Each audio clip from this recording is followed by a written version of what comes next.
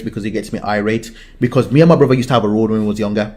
If I hit him first, he would have to hit me back, or then we couldn't be cool until that happens. If he hit me first, then we couldn't reach no level of peace, no level of evenness, no level of middle ground until I hit him back. Then we can be cool after that. Hey guys, and welcome to Little Black Book. You know what time it is. Talking to you guys about racism, talking to you guys about how white people are trying to pacify us and use Martin Luther King as a way to stop riots. Hey, if you're new to the channel, do me and do yourself a favor. Make sure you do me this thing, yeah? Like, share, and subscribe. Click on that bell button for the notification of the uploads, baby. And for those of you returnees, you ain't got the what? Minerals, baby. You ain't got the minerals. Boom, let's talk about it. So, quite recently, obviously, you guys have been following the George Floyd situation, and you've been seeing the riots that have been going on, especially in Minneapolis, right? Now, one thing that's been happening is that I've started to see a lot of tweets, especially from white people, where they are trying to condemn rioting by quoting Martin Luther King as a way to get people to stop rioting and stop fighting back. Here's my thing. The thing that really annoys me is this. When you punch me, yeah, you have no right to tell me how hard I can punch you back. The moment you punch me, you lost every right to tell me what to do, because you have broken all protocol. When you slap me, you've lost all right of how hard I slapped you. You can't complain when I slap you harder, right? And I see white people love doing this. They love doing it. They slap you in the face, and when you slap them back, suddenly it's all hell has broke loose. Suddenly you're the bad person. Look, when you take Martin Luther King's words and you take it into a particular context, for instance, when Martin Luther King says that rioting is the language of the unheard, what he's alluding to is that when you don't hear the people, yeah, this happens. So this is a cause and effect. I know white people can understand this. It's cause and effect. A riot is the language of the unheard. And what is it that America has failed to hear? It has failed to hear that the economic plight of the Negro poor has worsened. The mood of the Negro community now is one of urgency, one of saying that we aren't going to wait. When you do something, there is an effect that happens when you do an action. It's very simple. You oppress us, you beat us, and you kill us, something eventually will snap. And eventually something will happen. Now, one thing I want to let people know is, I keep saying this to you guys, that nothing changes. Revolution doesn't come without blood. Yeah? Now, anybody saying Martin Luther King is instrumental to civil rights, he is, but he was not the only one. If there was not people getting lynched, killed, beaten, eaten by dogs, fought by the police, none of our civil rights movements would have been gone anywhere. All the lovey-dovey stuff I appreciate, and I love Martin Luther King, but without the people actually dying on the line, without fighting back, without us actually doing war, I call it war, civil unrest, civil war, then there would be no civil rights movement as the way you're talking about it. Yeah? Because anytime someone becomes peaceful and loving, shows the love of Christ, I would like to say, to their fellow brethren, they get killed. You understand? They get killed. They get assassinated. Ask JFK where he is. Ask JFK what happened when he was supporting us. And this, if you look at the history of Democrats versus Republicans, this is also a big issue, right? Because the only time they considered the Negroes when they wanted to vote, right? So, deep it that when people protest in peace, we still get mobbed, we still get killed. Now, when we were originally protesting, yeah, if you look at the protest between white people and black people, I saw a protest where the white people were in the police's face, bro. And I mean in the face. They even grabbed their arms as well. I didn't see no one getting arrested. I didn't see them being heavy-handed.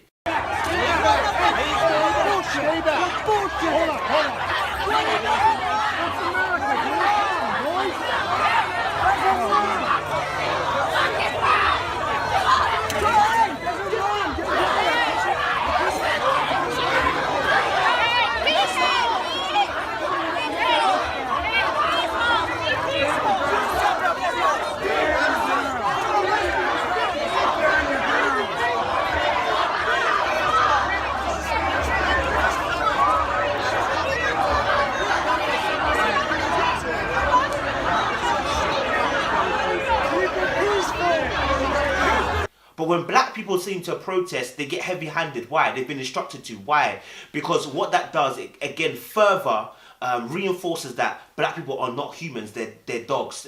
Dogs is even too nice, they're animals. Animals is too even vague.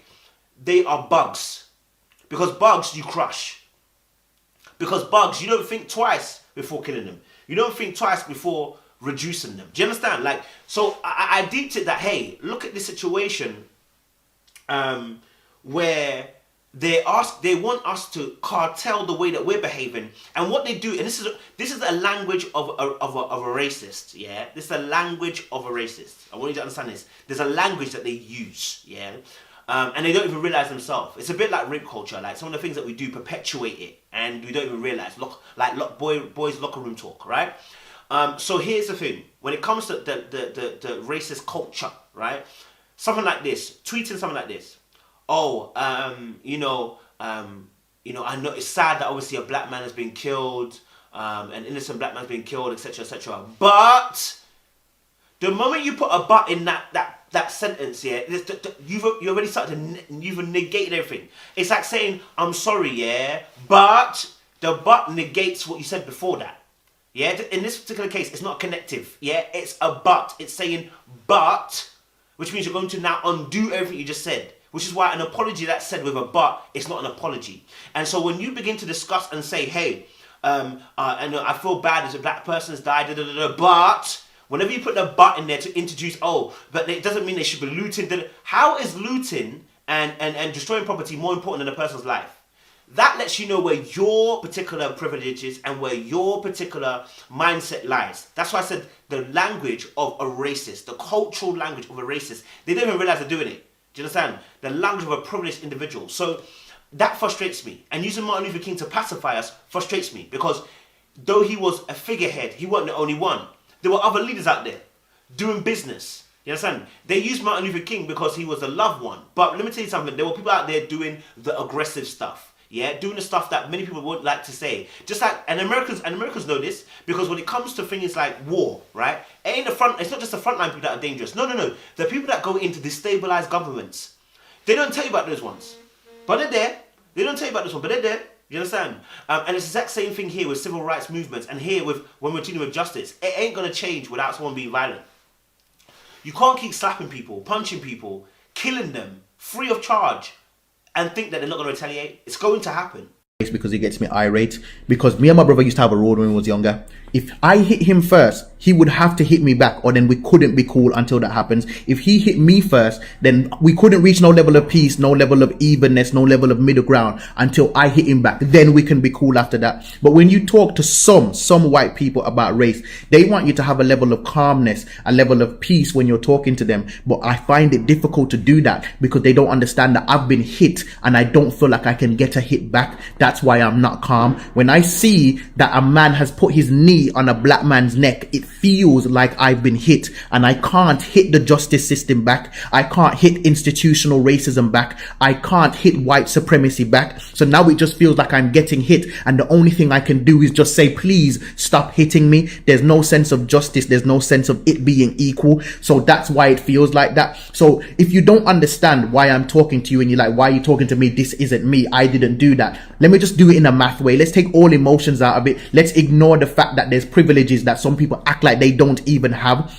Let's just do math. In these first world countries, there are more of you than there are of us. So the more people that speak up, the more the voices will be heard, and maybe some change can happen. But I can't speak calm to you and say that to you in a calm way sometimes. And I'm sorry about that. But it's because I keep getting hit. I keep seeing my people hit. And then when I see them hit, it makes me angry and it makes me irate. So I can't say it in a calm way. But if you can just get past that to hear the message, maybe we can do something about that. Because when I keep getting hit and I can't hit back, it makes me feel like a victim, and I don't like feeling like a victim. It makes me feel helpless, and I don't like that. Like, I'm not a person that encourages it, but it's obvious to see there's a cause and effect. So I watched this particular thing and I loved it as well, where these white women actually joined the cause, right? And this is what we want to see: activism, right? Understanding your privilege lets you know that, listen, black people don't get treated the same way white people do. And so what these white women decided to do, and I love the fact it's white women, it's not white men. And someone put it quite rightly, it's not white men because the white men are police officers.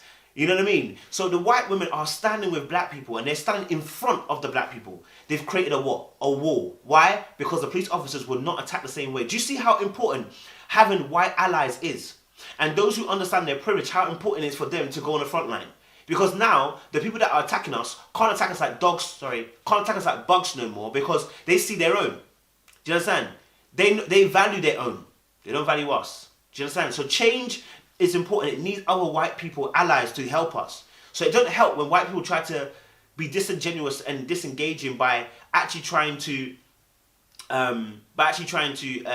negate what happened to the black man by saying about looting. Some of the people that are looting are white people. Like, I don't even understand. Like, so you've made it about black people. That's exactly what I'm talking about, the racist culture and the language that's used. So I'm not going to talk too deep, not too long. I just want to just bring that to the table. And I want to understand this privilege. Let me just break it down. I actually broke down what it means, yeah? So you get an understanding of what privilege means. It's a special right, advantage, or immunity granted or available only to a particular person or group. So you must deep, yeah, that they have a special, being white gives you special privileges. It gives you special advantages. It gives you immunity. It gives you a special right. Why? Just because of the skin tone, right? And you have to understand this, that we have a history, especially in America. They have a history where it wasn't just slavery. Then there was Jim Crow laws. If you don't know what Jim Crow is, Jim Crow laws are about segregation. And not only was it segregation, you could be punished, you could be fined. And listen, let me be real, you could probably end up being killed, yeah? There were stupid laws, things like, I even wrote it down, what kind of things they had, yeah, in different places. Some of the Jim Crow laws were about cohabitation. One in Florida, they said, obviously, interracial couples could be fined or imprisoned for no more than 12 months. The education in Florida, separate education for colors, yeah? For colors to white, right? Hospital entrances in Mississippi. You have separate entrances into a hospital, depending on your race. Yeah? Intermarriage, yeah? In Georgia, it's unlawful for a white person to marry anything else but a white person. Yeah? And then, obviously, in Mississippi, promotion of equality. Yeah? A person guilty of printing, publishing, circulating any material promoting equality shall be what? Fined. Deep. What is happening? That's a history, you know. That only ended towards the end of 1960s. So deep it. This is not old. This is fresh. So when people say about 400 years of slavery, it ain't just that. You had Jim Crow laws come after that. We've had the Southern versus Northern. We've had so much happening between that time, yeah, before we got to this point where we can even sit at the same table and eat the same meal with you. So, and you have to think about the process that's happened, the indoctrination, the entitlement that white people have felt. And you're telling me that you want to tell me how to police my anger? You want to tell me how to police how I feel? You don't get to do that. You don't get to do that. You don't get to do that to us. You can't punch me and then try to tell me how hard I can punch you back. You understand? Hey, guys, make sure you like, share, subscribe, click on that bell button for notification. You want to get your merchandise, shade.com. Click down below for the descriptions. Get your Mineral Gang hoodie as well down below. Hey, over and out. Appreciate you.